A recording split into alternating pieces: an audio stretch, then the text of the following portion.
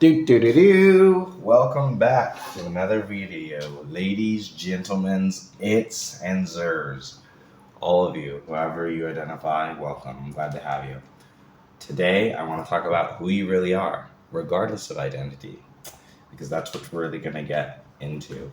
Now, a lot of what I'm going to talk about, there's a lot of ways to approach this, right? I want to inform you. Now, I want to make clear, I'm not religious, but I think it's important to take material from wherever you get truth. Truth is truth. So in the Bible, there is a verse in Psalm 82, just read the whole thing, that says, "Ye are as gods." And a lot of people don't know this, but the historical context of Jesus, why he got killed. A lot of people know that Jesus got killed, but they don't know anything about Jesus or the Bible or whatever. But basically, the fundamental reason people didn't like Jesus and people killed him was because of this essential belief right here. He believed he was God. So he believed that him, Jesus, a human being, was God, right? And then other people believed him. But not only did Jesus believe he was God, and he embodied it by raising himself from the dead, healing the sick, curing the blind, doing all these miracles. But he also believed and preached that we are gods as well. And he spoke about this in John 10:34. Now, there's a ton of theological arguments about this, and I'm not really here to talk about theology. I'm just using this as an example of who you really are. That, right? Like, you're a god. But what does that mean? That's a really loaded word. I think especially in the religious context, it's very loaded. So we're not going to approach it that way. But I wanted to set that as a coordinate for where we're going and where we're going to end up, because I think that's really, really important in understanding who you really are, right? Now,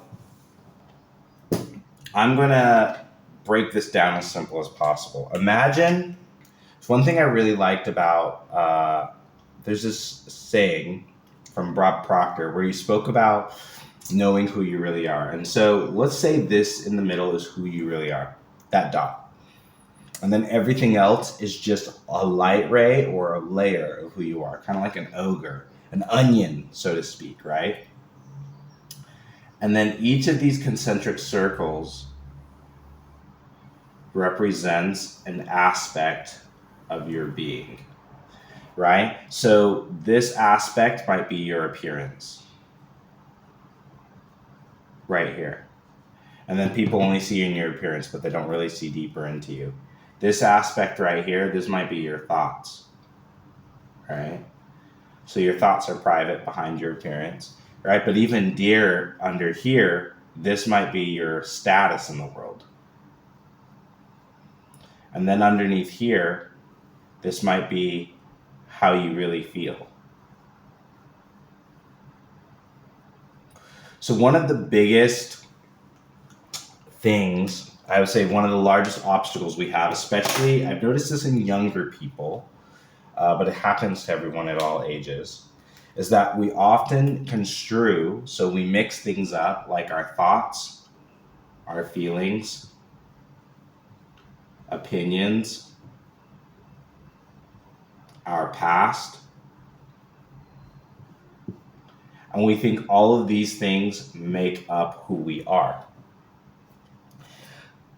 And that's true in the sense that in as much as we attach and we own these things, we are defined by them. So this can be things like race. This can be things like gender. This can be things like nationality.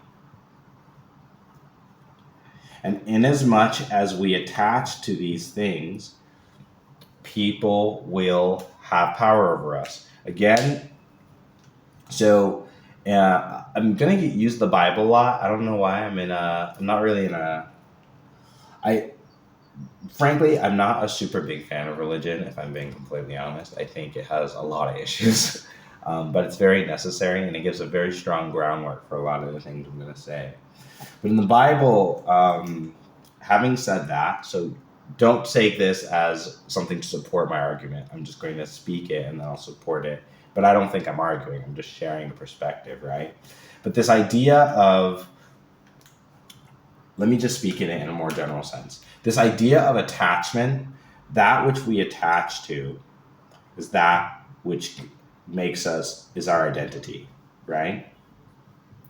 Now, a lot of people talk about, well, what's the meaning of life? What's the big deal, right? And one of the biggest issues, like especially when you talk about the idea of the problem of evil is like, why do good things happen to bad people, right? And, God answered that, or it's an answer in the Bible is, it rains on the just and the unjust alike. Meaning that if an earthquake happens or physics happens, it just happens. It doesn't care who you are. And that's because we have to make a separation. There's the universe. And I'm not saying this is a made separation, because remember, all is one. Everything is one. At the highest degree, at first degree consciousness, everything is one at first degree. But we do not live in a world of first degree consciousness. We live in a very layered world. We live in a world of 7 separations, right? We have 7 separations. If you want to hear more about that, check out my video, find it. I think I can probably tag it. But the video is on the 7 degrees of consciousness, right? And the 7 degrees of the Universal Codex, right? Which is where I basically describe each of the 7 layers of reality, right? And so we have 7 layers of separation, distinct layers, right? There's obviously an infinite amount of layers, and you can split it as many times as you want.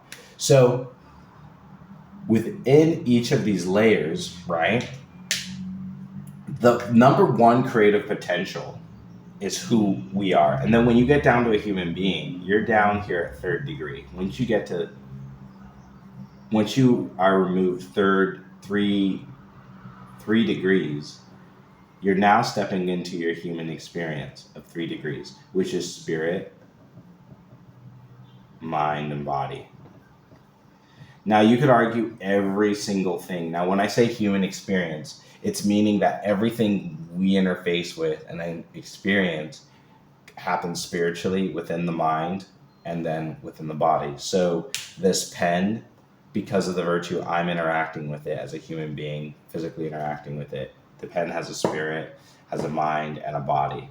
But as a human being, ye are as gods. That's the whole identity, because I'm not a pen. I'm not the whiteboard. What am I?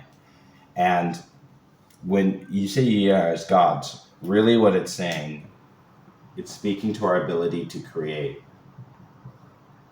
to manifest, so to speak, right? This is what it means to say ye are as gods. It's that simple. It's not really anything more than that. And so a lot of times we'll create, or we'll complain about the world. We'll be like, man, the world sucks. It's terrible. These are our lives. We'll talk. Because that's what was happening when Solomon or David, I can't remember who it was, but when they made the psalm, they were basically begging to God to like vanquish their enemies and to make things better or whatever. And God was reminding them, hey, you're as gods. And if you want things to be better, you got to focus on that and do that yourselves. Things are kind of messed up the way they are because we set ourselves upon vain things that are beneath our spirit, mind, and body. We move away from those degrees. This is where we have people who live in 7th degree law, right? Because when you live in 7th degree law, that creates complexity and confusion, right? That's the biggest red flag of 7th degree law, is that the whole point of it is to create confusion, just kidding, confusion. So remember, the idea of 7th degree law is to create complexity and to create confusion. So if you're like, wow, this is really complex and it's confusing, yeah, that's the point. The idea is that it is meant to be unnecessarily complex, right? And so then once you start stepping into the higher degrees of law, you start realizing like the entire universe is built on this. So even we're actually having a class next week where I have to learn some things about quantum mechanics so we can teach and show how this all relates to universal law. And I think it'll be a fascinating topic, right? There's one person who's a bit argumentative and doesn't always listen, so I'm not necessarily looking forward to that, but it'll be a good conversation either way. Anyway, so we are built to create, we are built to manifest. Because when you have a mind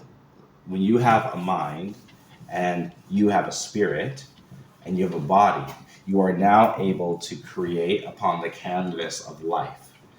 And that is what separates us from the animals. That's what separates us from the birds, the rocks, the trees, is that we are able to create. Because in the center of all that, so when I shouldn't have erased all that, right?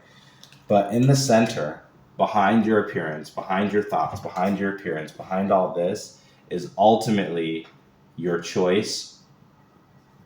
And your choice is your creative potential. And this might sound very, very strange, but you are, like, when you ask essentially, what am I at the deepest core of my being, when you lose your body, when you lose your mind, when you lose your heart, think about it. We call it your mind. We call it your feelings. We call it your spirit. But what is the you? These are things that you possess, right? Like you have a phone, a body, an apartment, right? But these are things you have. They are not you, what you essentially are. Even saying your choice, the words don't quite give honor to what that truest sense of identity is. And what's nuts is that when you get to a point of awareness, when you're able to stay grounded in this truth, that's when reality begins to become very permeable. Because rather than being these solid choices, you start realizing, oh, from the way I look to the way I feel to the way I think, all of this is permeable. And say what you want about the LGBTQIA community or whatever, that is, I don't necessarily think that the way the message is handled is done very well, if I'm being honest.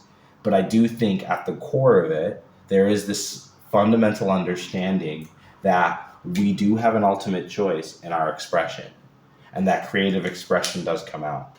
Now, getting down to it, you also got to recognize there's like physical reality, right? So we have like, okay, well, there's physical reality. So what's that, right? We have physical reality built in time and space. And, you know, like I'm a black man, right? And you can be like, well, I'm a black man. So like you can't identify as a blonde-haired, blue-eyed white girl, right? And of course, within physical reality, no, because that's been ossified already, right? That choice to be a black man as it is has been ossified. And so this is where getting down to your sense of identity is you have to understand that as a human being, who you really are is beyond space and time. When you really get down to your core identity, it is beyond space and time. But when people interact with you, their awareness is only ever going to match your level of awareness. Well, their interaction with you is only ever going to match their level of awareness. So if someone is not able to understand that they exist and that they have a sense of being beyond space and time, beyond the physical aspect, which is, you know, firmly in seventh degree thinking, firmly set in seventh degree thinking, right? They will not understand when you're thinking and feeling like that. So you're going to waste a lot of time if you're trying to, when you discover who you are, trying to explain that to other people. This is why we have artists, people who can express beyond the mundane, because they're living in a place beyond time and space. They're living in the creative field, right? They're living the creative field of potential and superposition, where everything is beyond wave and particle. Just throwing some scientific words out there for you guys.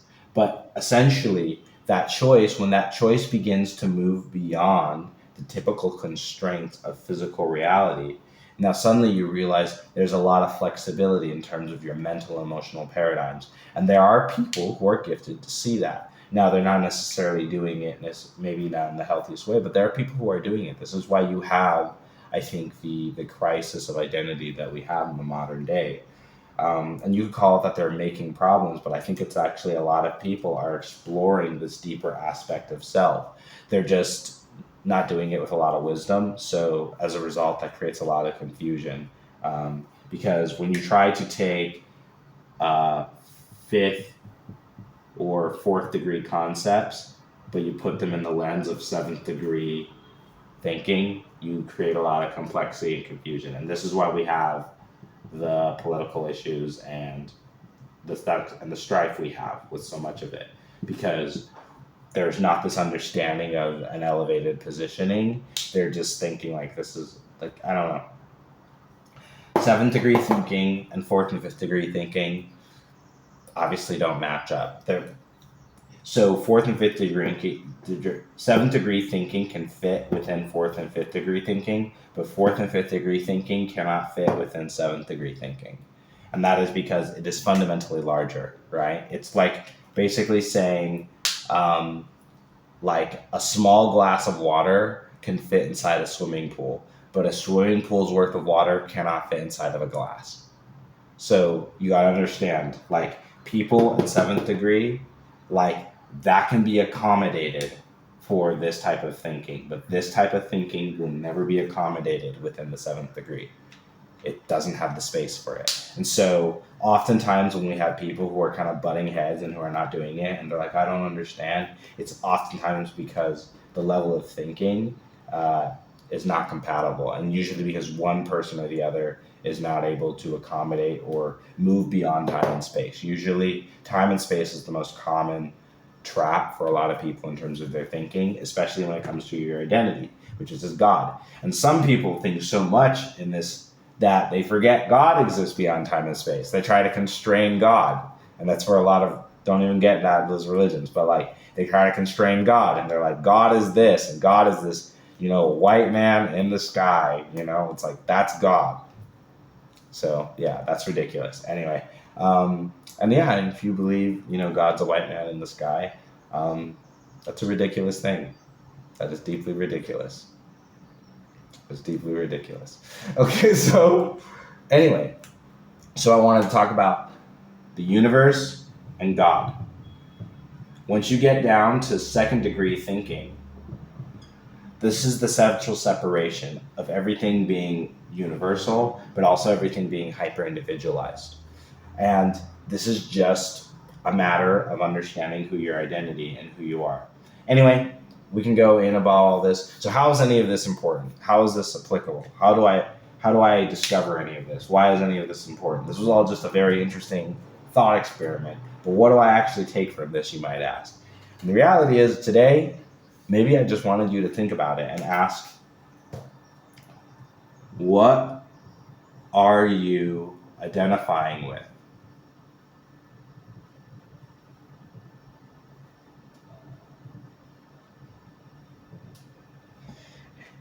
And is that compatible with your creative potential and your creative choice? That's the question I want to leave you today. If you guys want to have a plan where you can really pull out your creative potential, live more of your juice, and live a better, happier life, hit me up in the description. I coach people and help them support these ideas and implement these ideas into their lives so they can live happier, more fulfilling lives with more clarity and purpose. And put some questions down. I'm kind of fishing out questions and always looking for different questions to ask, because I feel like I have this giant answer sheet, but I'm just always looking for questions to ask. So if you have anything personally relevant for you that you would like an approach using the Universal Codex framework, I'd be super open and love to answer your question. Anyway, hope all is well. Stay happy, stay healthy. Remember, ye are as gods. Peace.